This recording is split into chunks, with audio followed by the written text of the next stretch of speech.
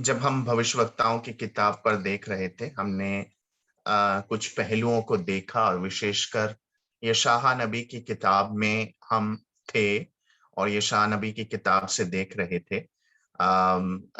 ज़्यादा क्लासेस अब बाकी नहीं हैं और यशायाह नबी की किताब को का एक विवरण मैंने केवल आपको दिया है। और बाकी जो किताबें हैं उसका संदेश मैंने ऑलरेडी आपको समझा दिया है। तो आप वापस जाकर उन भागों को निश्चित तौर से देख सकते हैं। यशायाह नबी की किताब को थोड़ा विस्तार से, क्योंकि उसका जो संदेश है वो नए नियम से काफ़ी साउंडिंग है। मतलब उसके कई सारे कॉन्सेप्ट्स, कई सारी बातें हम नए नियम में देख सकते हैं। इसलिए एक विवरण, एक विस्तार रीति से हम कुछ बातों को देख रहे हैं और आज भी हम एक कॉन्सेप्ट को, एक विषय को समझने की कोशिश करेंगे जो यशायाह की किताब में से हमें देखने को मिलता है। और उस भाग में हम थोड़ा-सा देखकर उसको थोड़ा-सा समझने की कोशिश करेंगे। और जिस तरह से हम अपने अध्ययन को आगे बढ़ाते आए हैं और परमेश्वर मदद करे कि हम बाकी किताबों में भी वापस जाकर आप जो भी जब भी पढ़ते हैं तो क्या-क्या चीज़ें आपको ध्यान देना है, किन चीज़ों को आपको ध्यान मन में रखना है, वो सारी चीज़ें आपको बताई गई हैं, आपसे बात किया गया है। इसलिए थोड़ा हम ध्यान रखेंगे और समझने की कोशिश करेंगे। तो जिस तरह से हम देखते हैं और ये भागों में पढ़ते हैं, हम विशेष जब यशायाह नबी की किताब में हमने कल कुछ कॉन्सेप्ट्स को देखा था। कल जैसे अ, हम देखते हैं कि अम, अ, मतलब 2-3 चीज़ों को, 2-3 बातों को हमने विशेष तौर पर देखा था। हमने उसके पहले अध्याय में, छठे अध्याय से यशायाह की बुलाहट के विषय में हमने थोड़ा-सा देखा। फिर उसी के साथ-साथ हमने वो जो पुत्र का उत्पन्न होना, पुत्र का एक भविष्यवाणी, पुत्र के बारे में जो 7 से 12 के बीच में हम कई बार देखते हैं। साइन ऑफ अ सन, एक पुत्र का चिन्ह जो दिया गया है, उसके विषय में हम कई बार देखते हैं या कई बार उसमें हम थोड़ा ध्यान देने की कोशिश करते हैं। और जब हम उन विषयों को भी देख रहे थे, तो हम देखते थे कि किस तरह से अ, एक एक एक भविष्य में एक पूर्तिकरण है, एक पास के भविष्य में एक पूर्तिकरण को हम देखते हैं, लेकिन उसका एक संपूर्ण जो पूर्तिकरण है, वो यीशु मसीह में उसको हम देखते हैं, यीशु मसीह में उसको समझने की कोशिश करते हैं। तो जब हम इन भागों को समझने की कोशिश करते हैं और इन भागों में आते हैं, तो हम विशेष ये, क्योंकि नए नियम में काफ़ी साउंडिंग है, नए नियम में इसको कई बार हम देख सकते हैं। इसीलिए मैं आपको ये कॉन्सेप्ट्स को थोड़ा-सा बता कर दे रहा हूँ और उसको समझने की कोशिश हम कर रहे हैं ताकि हम इसको अच्छे से समझ सकें। जब हम ये भागों को समझते भी हैं, तो किन भागों में हमें ध्यान देना है, किनको हमें ध्यान में रखना है, उन कुछ बातों को हम देखते हैं। और उसी के साथ-साथ हम आज एक कॉन्सेप्ट को और देखेंगे, आज एक भाग को और देखेंगे, जो कि हम देखते हैं दास के गीत को, जो कि यशायाह नबी की किताब में, यशायाह नबी की किताब 3 भागों में विभाजित होता है। कोई बताएगा कौन-कौन से भाग हैं? कौन-कौन से भाग हैं यशायाह नबी की किताब में?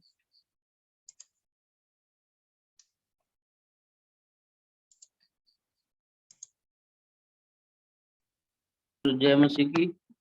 जय मसीह सर की। जो कल आपने बताए थे उन्हें बताना ना। कल नहीं, यूजुअली हम उसको 3 भागों में डिवाइड करते हैं। जी यशायाह नबी की किताब को 3 भागों में डिवाइड करते हैं। सर, ये है कि तुमने इजराइल और यहूदा दोनों मिलाकर वाचा तोड़ी, भला हाँ, होगा वो कि मर जाओ। संदेश है।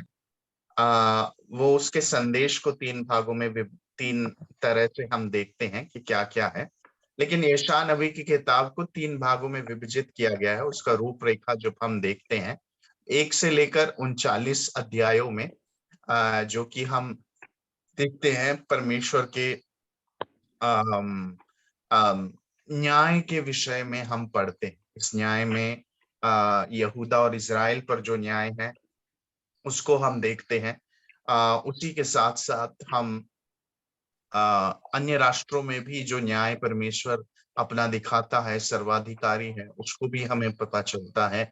और न्याय के साथ साथ कुछ ऐसे उसमें पहलू हैं जो छुटकारे के बारे में भी बताते हैं, छुटकारे के बारे में बोलते हैं। और छुटकारे को हमारे को एक पहलू छुटकारे का कि भविष्य में एक छुटकारा, एक छुड़ाया जाना, एक उद्धार परमेश्वर, एक निर्गमन परमेश्वर उन लोगों को इकट्ठा करेगा करके हम देखते हैं।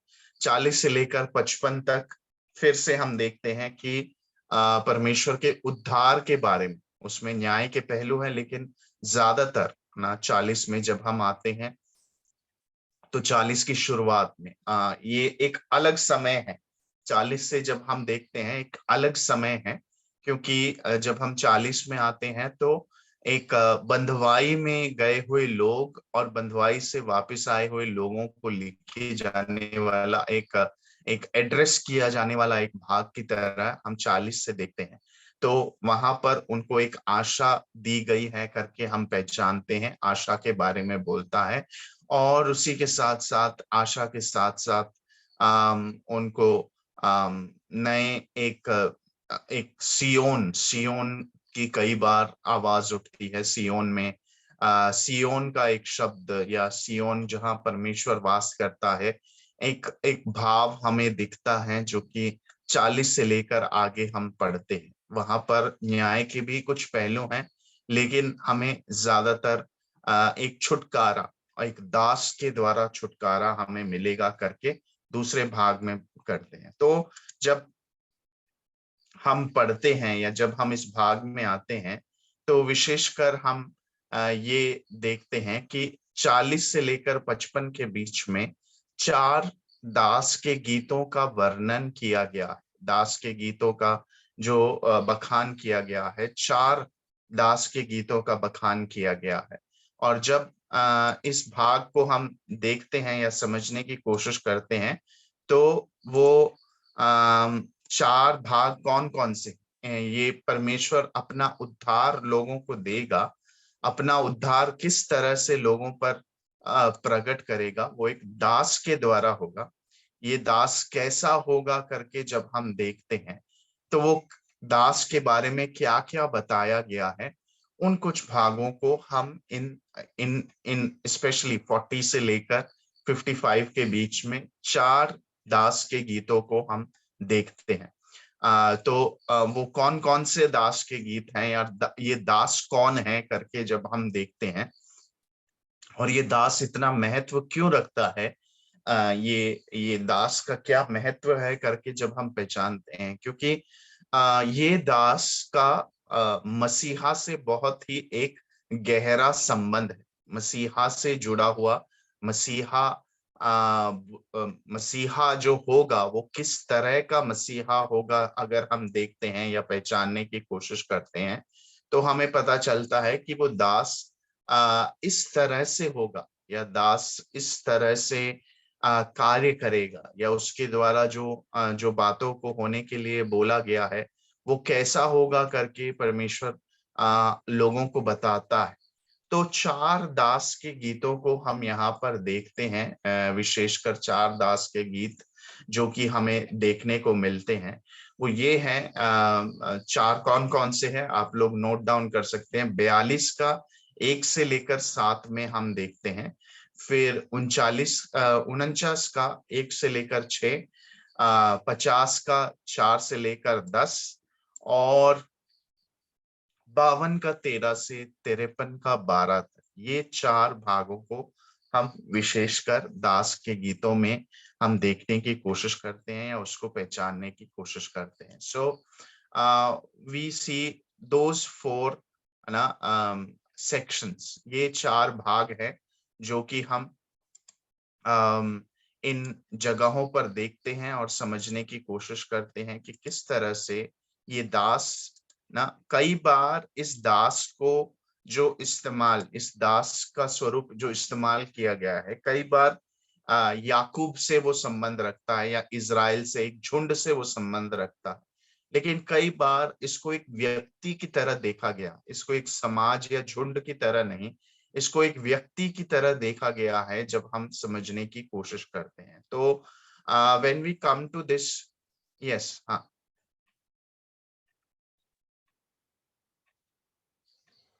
आवाज नहीं आ रही।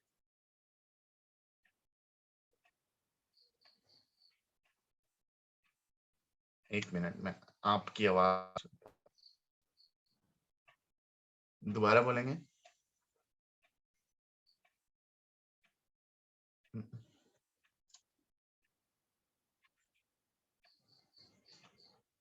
कोई और बोलने की कोशिश करे। मेरे को आवाज नहीं आया। मेरी आवाज आ रही है? ओके। Yes sir. हाँ, ऑल राइट। तो विपिन क्या बोलने वाले थे? मेरे को आवाज आपका अभी भी नहीं आया वैसे तो।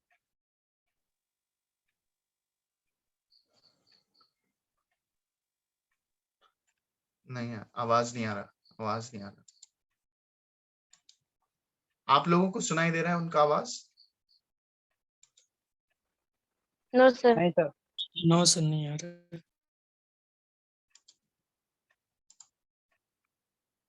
ऑल उनका राइट, मैक्स आप उनका चैट पे मैक्स डाल दीजिए। क्या होगा? बता रहा हूँ, मैं पूछने वाला था कि दास हाँ के 4 गीतों के रेफरेंसेस हाँ, रेफरेंसेस फिर मैं से बता बताता दें हूँ, कि क्या?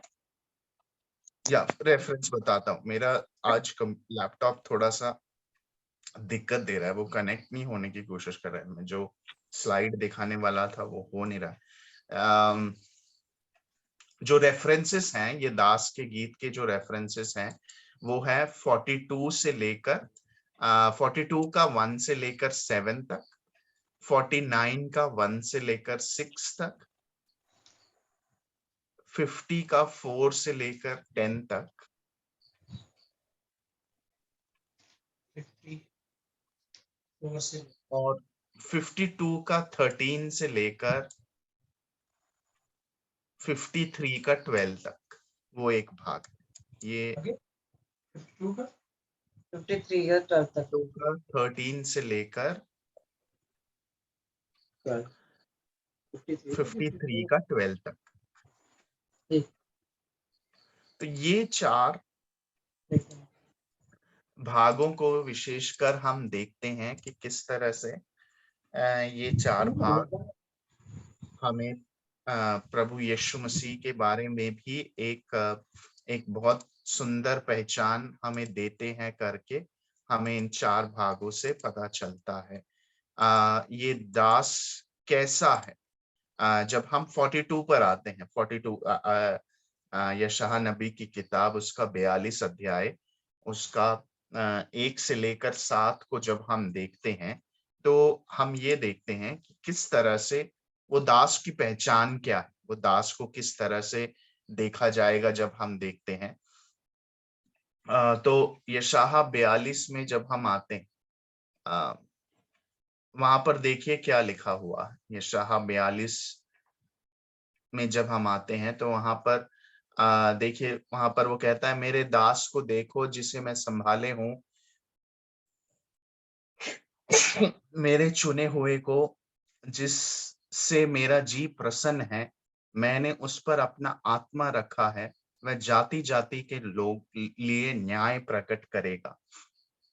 तो देखिए, यहाँ पर एक दास को इंट्रोड्यूस किया जाता है। एक दास कैसा होगा, मेरा दास किस तरह का होगा करके जब हम देखते हैं, तो वो दास किस रूप से या किस तरह से हम उस दास की झलक को देखते हैं। तो ये दास कैसा होगा जब हम देखते हैं, तो हम उसमें पाते हैं कि ये दास अ, एक परमेश्वर की आत्मा को रखने वाला, परमेश्वर की आत्मा अ,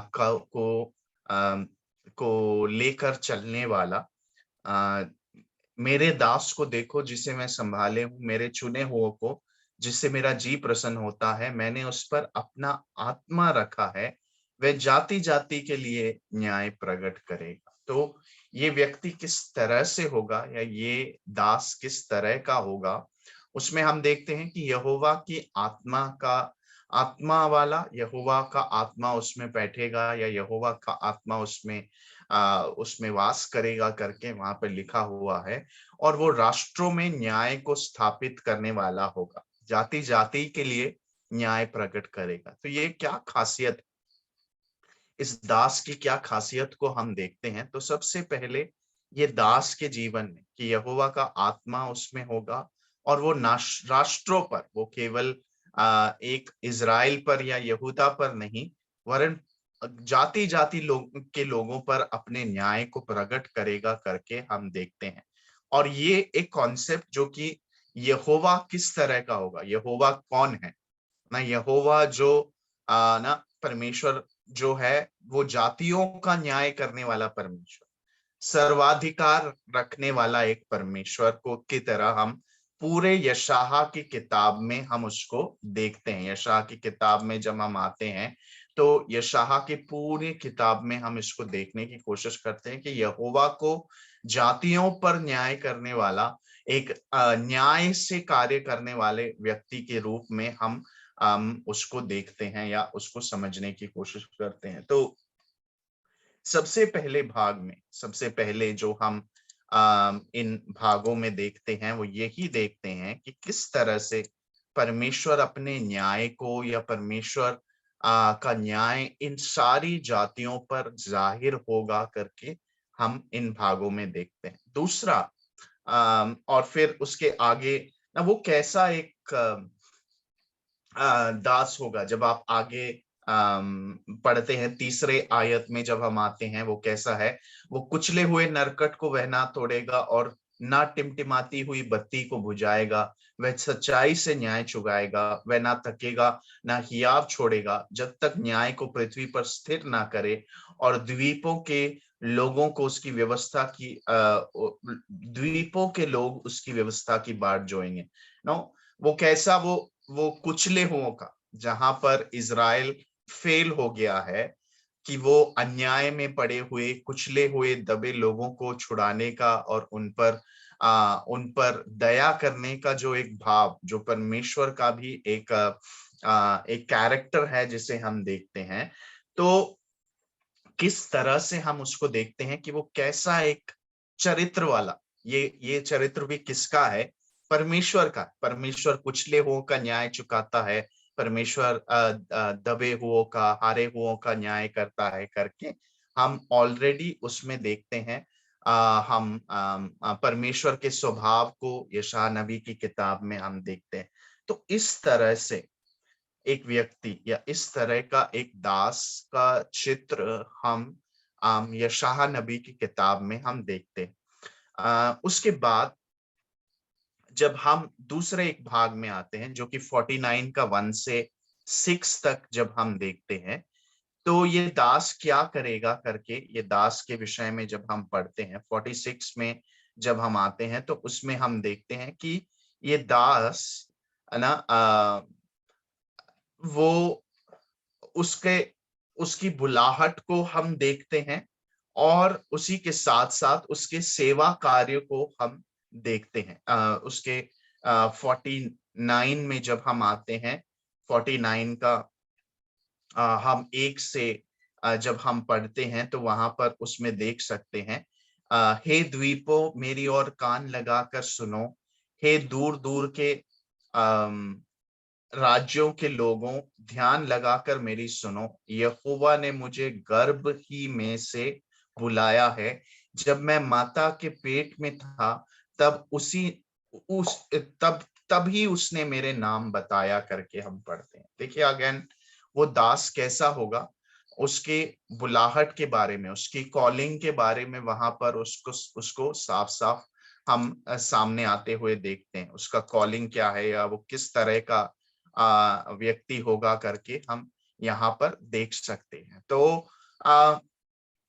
वो उसको माता के गर्भ से बुलाए जाने वाला एक व्यक्ति, वो उस पर परमेश्वर उसकी बुलाहट रखता है या उसको बुलाता है करके हम यहाँ पर देखते हैं। और उसका सेवा क्या होगा, आगे जब हम पढ़ते हैं ना, उसने मेरे मुंह को चोखी तलवार के समान बनाया और अपने हाथ की आड़ में मुझे छुपा रखा। उसने मुझको चमकीला तीर बनाकर अपने तरकश में गुप्त रखा और मुझसे कहा, तू मेरा दास इस्राएल है, मैं तुझ में अपनी महिमा प्रकट करूंगा। सो हम यहाँ पर ना याकूब के रूप में या याकूब के को दर्शाने के लिए, इजराइल राष्ट्र को दर्शाने के लिए ये दास का चित्र इस्तेमाल होता है।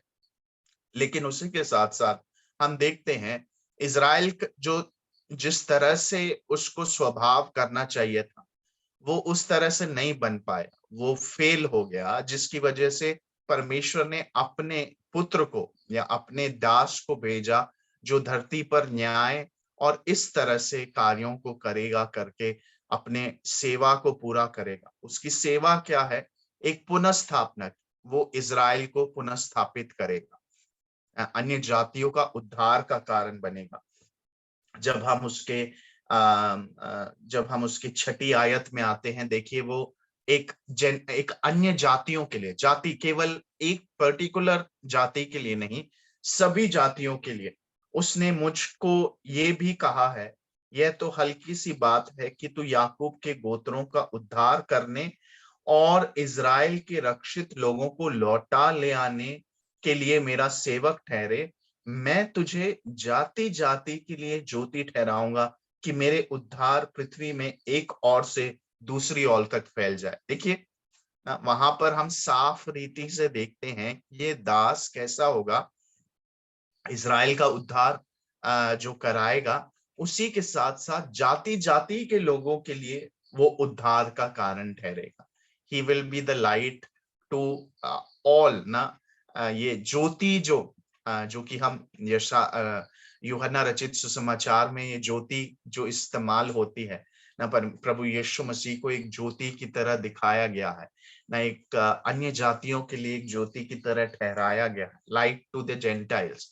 लूका रचित सुसमाचार में ये एक बहुत बड़ा एक बात को हम देखते हैं कि अन्य जातियों के लिए वो एक ज्योति का ना, उद्धार की एक ज्योति का कारण बनेगा करके ये शाहनबे की किताब में से हम देखते हैं। तो ये दास कैसा होगा, यहोवा की आत्मा, राष्ट्रों पर न्याय प्रकट करने वाला, इसकी बुलाहट को, इसके मिशन को, इसके सेवा कार्य को, और ये मिशन में हम देखते हैं कि वो अन्य जातियों के लिए ना ही केवल, वो कहता है कि याकूब के गोत्रों का उद्धार करने और इजराइल के रक्षित लोगों को लौटा ले आने के लिए मेरा सेवक ठहरा है। मैं तुझे जाति जाति के लिए ज्योति ठहराऊंगा कि मेरा उद्धार पृथ्वी पर एक छोर से दूसरी ओर तक फैल जाए करके वहां पर लिखा हुआ है। तो ये दास किस तरह का होगा या किस तरह से ये कार्य करेगा करके हम यहाँ पर यशायाह नबी की किताब में हम देखते हैं।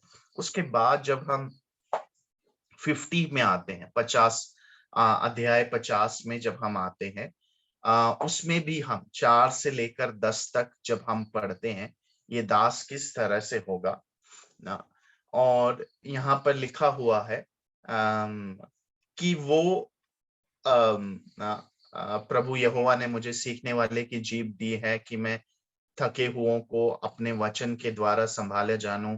भोर को वह नित दिन मुझे जगाता है, मेरे कान खोलता है कि मैं शिष्य के समान सुनूं। प्रभु यहोवा ने मेरे कान खोला है और मैंने विरोध ना किया, ना पीछे हटा। मैंने मारने वालों को अपनी पीठ और गलमोच नोचने वालों को अपने गाल किए। अपमानित होने और उनके थूकने से मैंने मुंह न छिपाया ना। यू सी, ये प्रभु यीशु मसीह के निंदा और दुख भोगने को थोड़ा सा कि उसके साथ क्या क्या किया गया, ये दास को क्या क्या किया गया करके हम यहाँ पर एक पहचान, हम एक यहाँ पर कि वो एक निंदा किया जाने वाला या निंदित, वो एक नाम धराई का कारण बनने वाला एक व्यक्ति के रूप में इस दास को हम देखते हैं करके हम पहचानते हैं। और ये दास किस तरह से उस पर वो अपमानित होगा, उसको थूकने, है ना, थूकने के लिए, और किस तरह से वो निंदा सहेगा लेकिन अपने भरोसे को परमेश्वर के ऊपर से ना हटाएगा करके यहाँ पर हम इस दास को देखते हैं। जो सबसे इंपॉर्टेंट भाग है वो 52 का 13 से, ये एक सबसे ना, अगर दास के बारे में अगर हम स्टेप बाय स्टेप सीखते हैं, मतलब कहने का मतलब है अगर इस दास के बारे में हम एक कदम कर दर कदम सीखते हैं तो ये सबसे ऊपर वाला एक स्टेप है। 52 का 13 से 52 का 13 से 53 का 12 तक, ये एक सबसे ऊंचा स्टेप है। यहाँ पर इस दास का एक सबसे बड़ा एक जिम्मेदारी को या किस तरह का होगा, उसके चरम सीमा जो हम बोलते हैं, उसके सबसे हाई पॉइंट को यहाँ पर हम देखते हैं, जो 52 का 13 से 53 का 12 में हम पढ़ते हैं। और ये दास किस तरह से होगा करके जब हम आते हैं 52 का 13 में भी जब हम पढ़ते हैं, वो कहता है, देखो मेरा दास बुद्धि से काम करेगा, वह ऊंचा, महान और अति महान हो जाएगा। 52 का 13 में लिखा हुआ है कि वो ऊंचा, महान और अति महान हो जाएगा। उसकी महिमा के बारे में कि वो महिमा कि जैसे बहुत से लोग उसे देखकर चकित हुए, क्योंकि उसका रूप यहाँ तक बिगड़ा हुआ था कि मनुष्य का सा ना जान पड़ता था और उसकी सुंदरता भी आदमियों की सी न रह गई थी। वैसे ही वह बहुत सी जातियों को पवित्र करेगा और उसको देखकर राजा शांत होंगे, क्योंकि ऐसी बात देखेंगे जिसका वर्णन उसके सुनने में भी नहीं आया, और ऐसी बात उनकी समझ में आएगी जो उन्होंने अब तक सुनी भी ना थी। तो यहाँ पर हम देखते हैं कि ये दास जो है, अभी तक हम देख रहे थे ये कैसा होगा, यहोवा की आत्मा होगा, इसका एक मिशन है, इसको सताया जाएगा।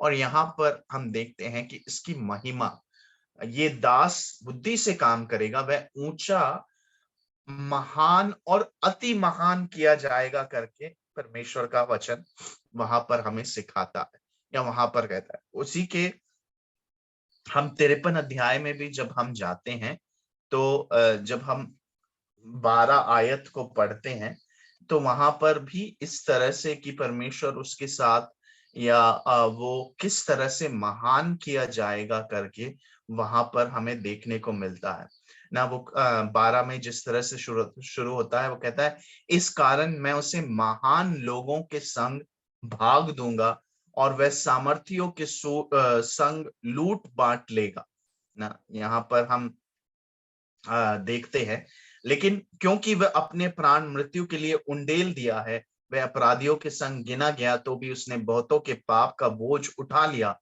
और अपराधियों के लिए विनती करता है करके वहां पर हम देखते हैं। सो अगेन हम देखते हैं ये एक अलग तरह का दास है। 52-53 में जो हम देखते हैं, ये दास एक अलग तरह का है ना। ये महिमा प्राप्त करेगा, महिमा को प्राप्त करेगा, लेकिन ये महिमा कैसे प्राप्त करेगा, इसकी महिमा कैसे होगी, ये महिमा को किस तरह से प्राप्त करेगा, ये महिमा कैसे की जाएगी। ये ऊंचे पर ना, कई बार हम यीशु को ऊंचे पर चढ़ाना है या ऊंचा करना है, ये ऊंचा करने का मतलब क्या। हम कई बार गाते हैं या कई बार हम कहते हैं कि ऊंचा किया जाएगा, ऊंचा किया जाएगा, हम अपने यीशु को ऊंचा करेंगे करके जब हम कई बार बोलते हैं, तो ये ऊंचा करना क्या है या ऊंचा किया जाना क्या है, ये महान एक्सॉल्टेशन क्या है? हम यहाँ पर देखते हैं ये दास जो महिमा प्राप्त करेगा, वो कैसे प्राप्त करेगा? वो दुख सहकर और कष्ट भोग कर और अपमान सहकर ये महान किया जाएगा करके। इसकी महानता क्या है या इसकी महानता को जिस तरह से हम देखते हैं, इसकी महानता ये दुख भोगने वाला या दुख सहकर, निंदा सहकर ये दास महिमा में प्रवेश करेगा करके हम देखते हैं। दोनों आयतें जो हमने देखी, अब जब आप 52 का जब हमने 13 देखा, तो वहां पर भी हम देखते हैं क्या है, वो अति महान किया जाएगा। 14 में हम देखते हैं जैसे 52 का 14, जैसे बहुत से लोग उसे देखकर चकित हुए क्योंकि उसका रूप वहां यहां तक बिगड़ा हुआ था कि मनुष्य का सा न जाना पड़ता था और उसकी सुंदरता भी आदमियों की सी ना रह गई थी। ये देखिए, वो महान है, लेकिन यहां पर हम देखते हैं कि उसका रूप बिगड़ा हुआ, उसकी सुंदरता बिगड़ी हुई है ना। जब हम उसको एंड भी करते हैं 53 का, जब 12 में भी हम देखते हैं, वहां पे भी ये लिखा हुआ है, वो महान लोगों के संग भाग दिया जाएगा, सामर्थियों के संग ना, क्योंकि उसने अपना प्राण मृत्यु के लिए उंडेल दिया ना। 52 का 53 का 12 में वो कहता है, क्योंकि उसने अपना प्राण मृत्यु के लिए उंडेल दिया है और वह अपराधियों के संग गिना गया ना। ये दास का पिक्चर या ये दास की जो तस्वीर हमें दिखती है, जिसे हम देखते हैं, ये एक अलग तरह का चित्र है। जब हम यहाँ पर आते हैं, ये एक बहुत विभिन्न विस्तृत चित्र जो कि हमें यहाँ पर देखने को मिलता है। ये महिमा को प्राप्त करने वाला है, महिमा पाने वाला एक दास है करके हम पढ़ते हैं। लेकिन उसी के साथ साथ हम ये भी देखते हैं कि ये महिमा को प्राप्त करने वाला दास किस तरह से अपनी महिमा में प्रवेश करेगा, कैसे वो अपनी महिमा को प्राप्त करेगा। और जब हम 53 अध्याय पूरा हम पढ़ते हैं, तो वो वहां पर हम देखते हैं कि वो कैसा होगा। वह तुच्छ जाना जाता है, तीसरी आयत में हम पढ़ते हैं, वह तुच्छ जाना जाता है, मनुष्यों का त्यागा हुआ है, वह दुखी पुरुष था, रोग से उसकी जान पहचान थी, लोग उससे मुख फेर लेते थे, वो तुच्छ जाना गया और हमने उसका मूल्य न जाना। निश्चय उसने हमारे रोगों को सह लिया और हमारे ही दुखों को उठा लिया, तब तो भी हमने उसे परमेश्वर का मारा कूटा और दुर्दशा में पड़ा हुआ समझा।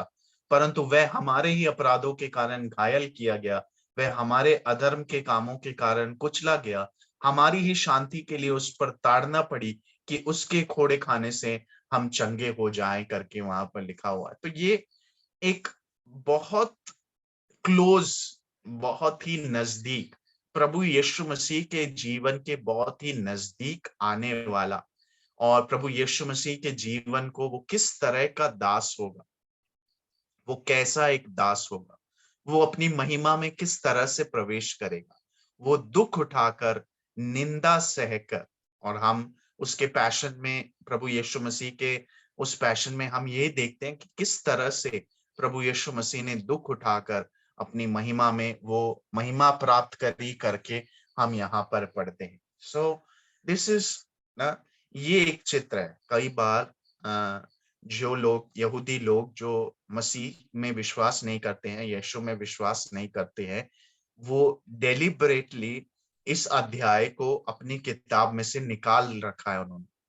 ये भाग को वो अपनी किताब में नहीं रखते, क्योंकि यही सबसे एक सुंदर चित्र है, मसीहा किस तरह से होगा। उनके जीवन में मसीहा कौन है?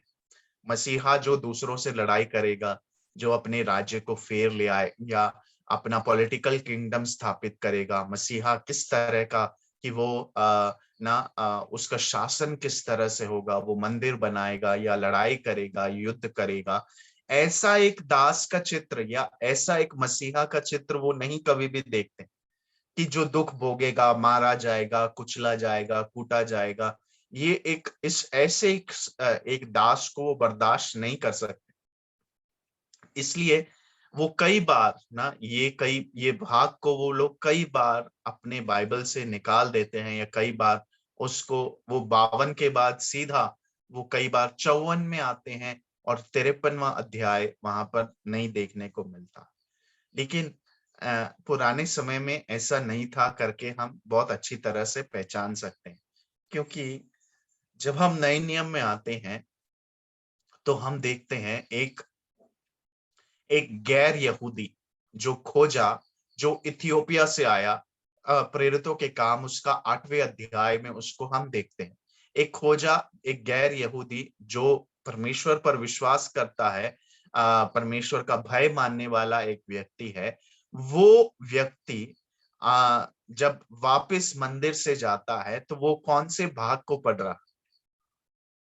वो यशायाह 53 को पढ़ रहा। वो यशायाह 53 के बारे में पढ़ रहा है। ये खोजा पढ़ रहा है कि ये क्या लिखा हुआ। उसको समझ नहीं आ रहा है कि ये किसके बारे में लिखा हुआ, किसके बारे में ये बताता है करके उसको समझ नहीं आ रहा है। इसलिए जब वो खोजा समझने की कोशिश कर रहा है तो परमेश्वर का आत्मा फिलिपुस से कहता है, जाकर उस रथ में चढ़ जा। और वो रथ में चढ़ता है और वो उससे कंफ्यूजन में आकर कहता है, ये कैसा, लाइक ये कौन है, ये ऐसा कौन हो पाएगा या ऐसा कौन कर पाएगा करके उसका एक डिफिकल्टी जो खोजा है फिलिपुस के सामने रखता। और फिलिपुस उसको बहुत सुंदर तरीके से बताता है ये कौन है ना, ये प्रभु यीशु मसीह खुद है, क्योंकि ये महान किए गए हैं, क्योंकि इन्होंने दुख भोगा है। ये दुख भोग कर अपना लहू बहाकर अपने आप को ये निंदा सहकर इन्होंने महिमा में प्रवेश किया है करके। तो एक बहुत ब्यूटीफुल एग्जाम्पल के तौर पर यशायाह नबी की किताब में ये जो दास का चित्र मिलता है, या नए नियम में किस तरह से इस दास को हम देख सकते हैं और ये दास का चित्र कैसे महत्व रखता है ना। ये कई बार हम इसको मरकुस के सुसमाचार में भी हम शुरुआत से ही देखते हैं ना। A voice calling in the desert, एक शब्द जो जंगल में सुनाई देगा, वो कहाँ से निकलता है? यशायाह 40 से निकलता। और उसके बाद एक दास का चित्र ना, मरकुस के सुसमाचार में एक दास का चित्र हमें देखने को मिलता है।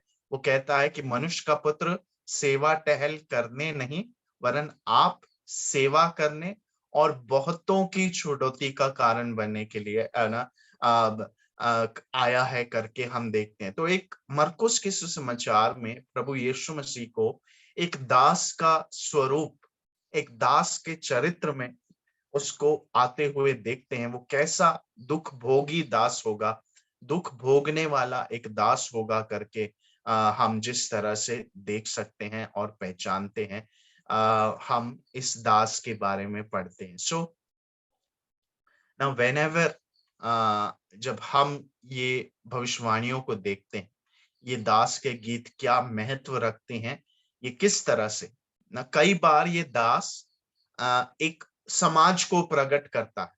जैसे वो इज़राइल का समाज हो सकता है, इज़राइल के समाज को प्रकट करने वाला ये दास का चित्र हो सकता है। लेकिन कई बार हम इसको देखते हैं कि ये जो जिस तरह से परमेश्वर चाहता था कि इज़राइल के द्वारा बाकी लोगों में भी परमेश्वर अपने उद्धार का कार्य पूरा करे, यानी कि इज़राइल को परमेश्वर ने चुना था परमेश्वर के लोग होने के लिए, और उनके द्वारा सभी जाति के लोग आशीष पाए। यही था उनका मूल और उद्देश्य जो हम देखते हैं। लेकिन इज़राइल, याकूब, ये उद्देश्य से इसको पूरा नहीं कर पाए, इसमें वो फेल हो गए। उन्होंने परमेश्वर की जो वाचा है उसको तोड़ा और इसमें वो नाकाम रह गए।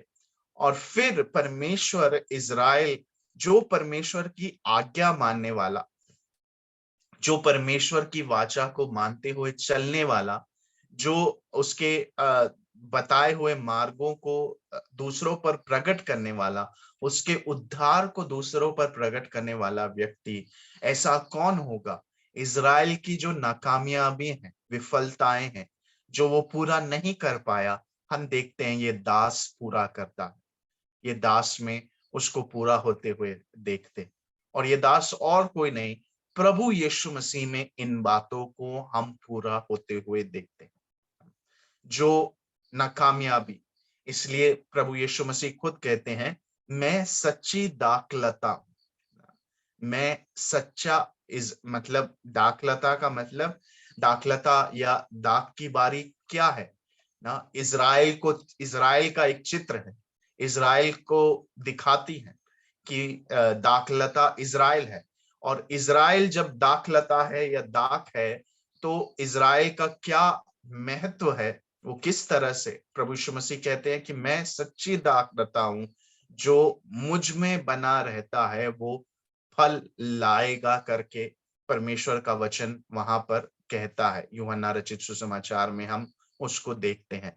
तो वो फल प्रभु यीशु मसीह के कार्य में, प्रभु यीशु मसीह के कार्य में जो विश्वास रखता है, बना रहता है, वही उस फल को जो परमेश्वर चाहता है, वो फल को लाने पाएगा। इसलिए ना आजकल कई बार हम कई लोगों के जीवन में देखते हैं, या कई बार ये कहानी कही जाती है कि यरूशलेम में जाकर बपतिस्मा लेना, या यरूशलेम में जाकर दर्शन करना, या यरूशलेम से आपके लिए आशीष लेकर आए हैं। यरूशलेम को कई बार ऐसे बड़ा चढ़ाकर दिखाया जाता। देखिए, अब वो स्थान का महत्व नहीं है, वो एक अच्छी जगह है जहां पर आप जाकर सैर करके आ सकते हैं, लेकिन वहां से उद्धार का अब कोई भी लेना देना नहीं। उद्धार के लिए आपको प्रभु यीशु मसीह के पास ही आना पड़ेगा। इज़राइल नाकामयाब हो गया, उसने अपना जो उद्देश्य था वो खत्म हो गया। अब आपको जो आना पड़ेगा वो प्रभु यीशु मसीह है, सच्चा इज़राइल। प्रभु यीशु मसीह है वो इज़राइल जिन्होंने परमेश्वर की आज्ञाकारिता में अपने जीवन को बिताया, और अपने जीवन को जिया करके जब हम पढ़ते हैं, और इस आज्ञाकारिता में, इसमें जब हम देखते हैं, तो ये पहचानते हैं कि अब मैं यरूशलेम जाकर अगर प्रार्थना करूंगा, यरूशलेम जाकर मैं कुछ भी करके आऊंगा ना, बपतिस्मा लेकर आऊंगा, वो एक अच्छी जगह है जाकर देखने के लिए, लेकिन उससे ज्यादा और कोई महत्व नहीं कि आप यरूशलेम में बपतिस्मा लेंगे या यरूशलेम जाकर आप देखेंगे। वो उसमें कोई एक बड़ा बात या बड़ी चीज नहीं है करके हमें यहाँ पर साफ साफ परमेश्वर का वचन, अभी जो उद्धार मौजूद है, अभी जो उद्धार हमारे पास है, वो प्रभु यीशु मसीह में है। अब वो जगह का महत्व नहीं है, यरूशलेम और मंदिर, हाँ परमेश्वर की योजना में वहां पर उसको इस्तेमाल किया जा सकता है, या इज़राइल को परमेश्वर फेर कर ला सकता है, वो बातें हम देखते हैं, लेकिन उद्धार के लिए अब वो जगह का महत्व नहीं। इसलिए जब सामरी स्त्री प्रभु यीशु मसीह के पास आती है, वो कहते हैं कि हमारे पूर्वज इस पहाड़ पर प्रार्थना करते थे, हमारे पूर्वज इस पहाड़ पर आराधना करते थे। और प्रभु यीशु मसीह उससे क्या कहते हैं कि हे स्त्री, अब ये पहाड़ या वो पहाड़ पर नहीं, जितने लोग, परमेश्वर आत्मा है, और जितने लोग परमेश्वर की आराधना करेंगे वो आत्मा और सच्चाई से ना उसकी आराधना करेंगे करके वहां पर परमेश्वर के वचन में लिखा हुआ है। सो अब जगह का एक महत्व नहीं कि यरूशलेम में जाकर करेंगे तो उसका ज्यादा परिणाम होगा, या यरूशलेम से तेल लेकर आएंगे तो वो तेल, यरूशलेम का पानी लेकर आएंगे तो ना, इट्स ओके, आप लेकर आ सकते हैं, वो अच्छी बात है, अच्छा पानी है ना, लेकिन उससे ज्यादा, उस पानी से ज्यादा और कोई महत्व नहीं है उसका ना, वो केवल एक पानी है, और उससे ज्यादा और कोई महत्व नहीं है। हम देखते हैं क्योंकि प्रभु यीशु में इज़राइल नाकामयाब रहा, वो परमेश्वर की योजनाओं पर खरा नहीं उतरा, उसने परमेश्वर की योजनाओं को पूरा नहीं किया। परमेश्वर जिस तरह से चाहता था कि वो अपने कार्यों को करे, वैसा इज़राइल ने नहीं किया, वो फेल हो गया। इसीलिए प्रभु यीशु मसीह में उसको ना उन्होंने, इसलिए मत्ती रचित सुसमाचार में भी हम देखते हैं, वो जंगल में जब गया, 40 दिन परमेश्वर के द्वारा, शैतान के द्वारा परखा गया और फिर वो खरा निकला। उसके बाद पहाड़ी उपदेश हम देखते हैं, जिस तरह मूसा पहाड़ पर होकर 10 आज्ञाओं को देता है, वैसे ही प्रभु यीशु मसीह पहाड़ पर खड़े होकर इस नए राज्य के, इस नए राज्य की हर एक वाचाओं को, हर एक स्टैंडर्ड को, मापदंडों को लोगों के सामने रखते हैं।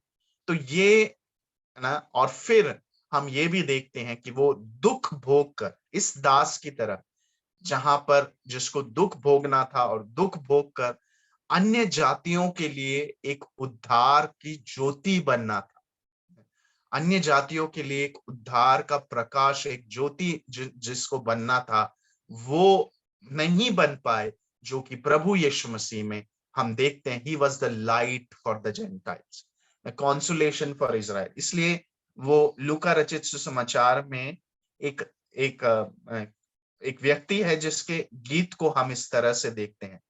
लूका रचित सुसमाचार उसका 2 अध्याय में जब हम आते हैं, उसमें एक व्यक्ति को देखते हैं।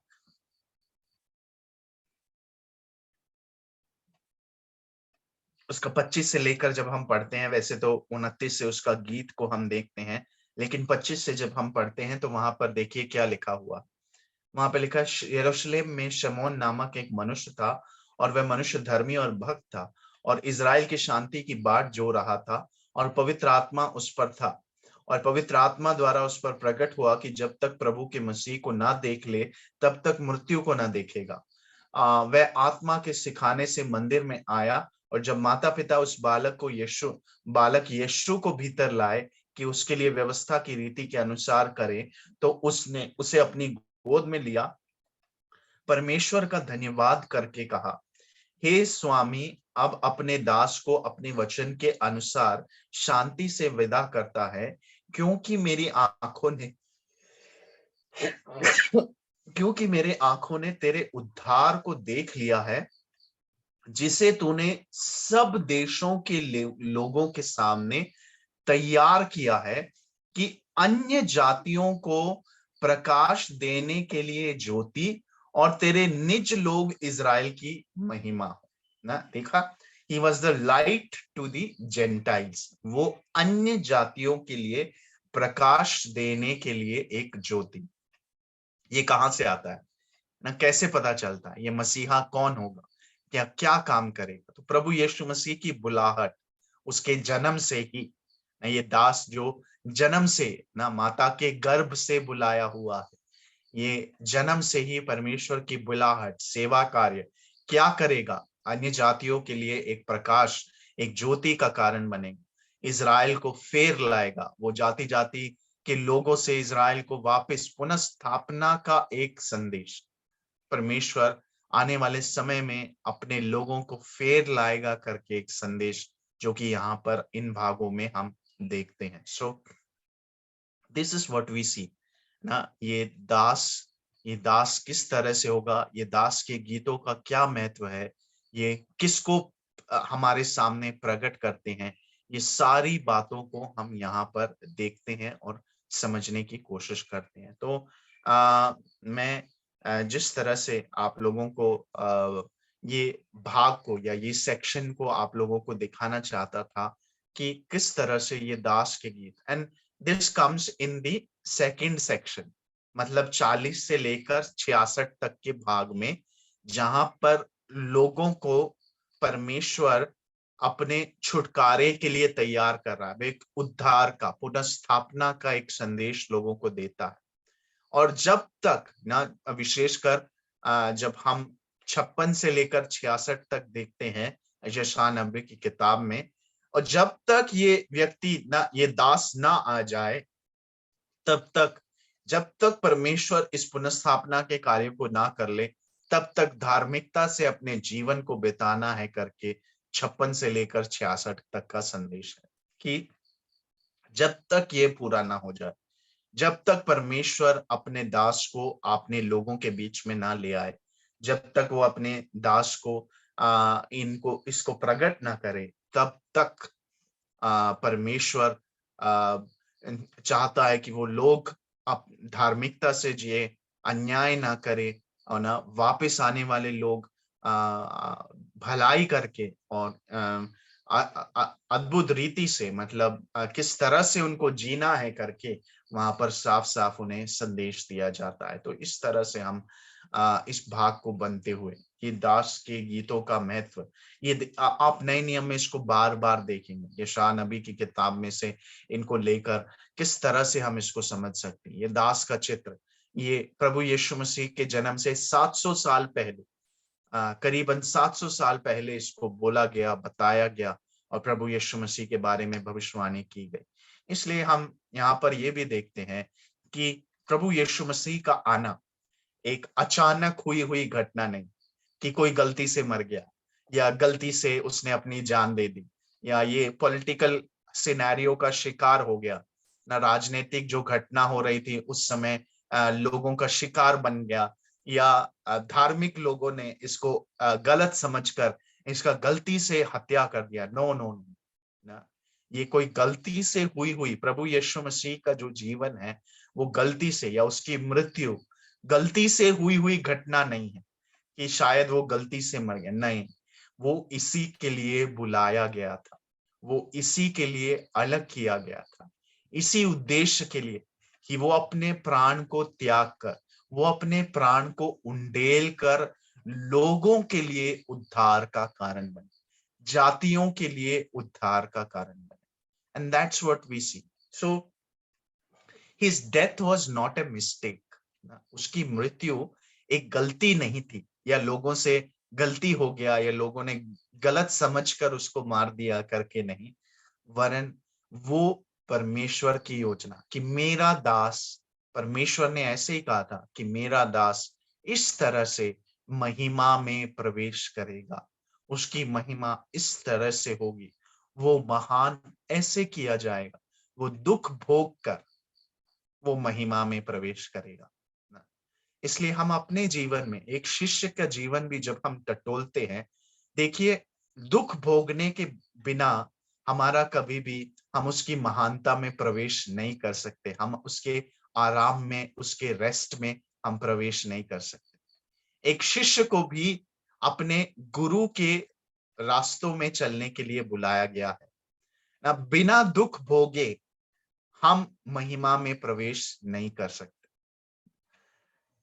दुख भोगना एक ऑप्शन नहीं, दुख भोगना एक विकल्प नहीं है कि हम दुख भोग सकते हैं, दुख नहीं भी भोग सकते, नहीं। एक शिष्य होने के नाते दुख भोगना हमारे जीवन का एक उद्देश्य है। परमेश्वर चाहता है कि हम इस तरह से अपने जीवन को जिए। परमेश्वर के लोगों, दुख भोगना हमारे जीवन का एक उद्देश्य है। इसलिए अगर हमने ना दुख या परमेश्वर के लिए कष्टों को अभी तक उठाया नहीं है, तो अभी तक हम परमेश्वर की महिमा में प्रवेश करने के लायक नहीं हुए ना, हम लायक नहीं है उसकी महिमा में प्रवेश करने के लिए।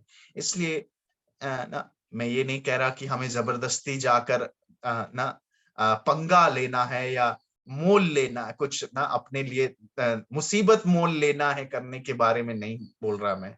लेकिन जब हम इस उद्धार के मार्ग में चलते हैं, हमें कई बार निंदा का सामना करना पड़ता है, हमें कई बार अपने ही लोग सताते हैं, हमें कई बार अलग अलग बातों के द्वारा लोग दुख देते हैं, वरन इससे हमें घबराना नहीं है, इससे हमें व्याकुल नहीं होना, क्योंकि एक दास जिस तरह से परमेश्वर ने प्रभु यीशु मसीह को महिमा में वो प्रवेश कराता है, वो एक दुख भोगी मनुष्य के समान, जब तक वो दुख ना भोगे, जब तक वो ना उस दुख को ना सहे, अपने प्राणों का त्याग ना करे, तब तक उसकी महिमा में वो प्रवेश नहीं कर सकता।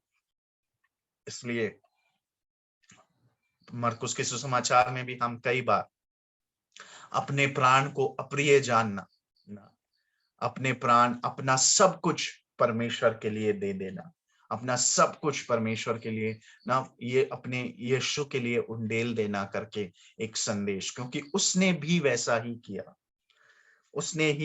उसने भी वही कार्य को करते हुए अपनी महिमा में प्रवेश किया। परमेश्वर के लोगों, हमारे जीवन में वो यीशु के पद चिन्हों पर चलना, और यीशु किस बात को हमारे सामने, उसका दुख भोगना, उसकी मृत्यु एक गलती से हुई घटना नहीं, परमेश्वर का उद्देश्य था हमारे जीवन में।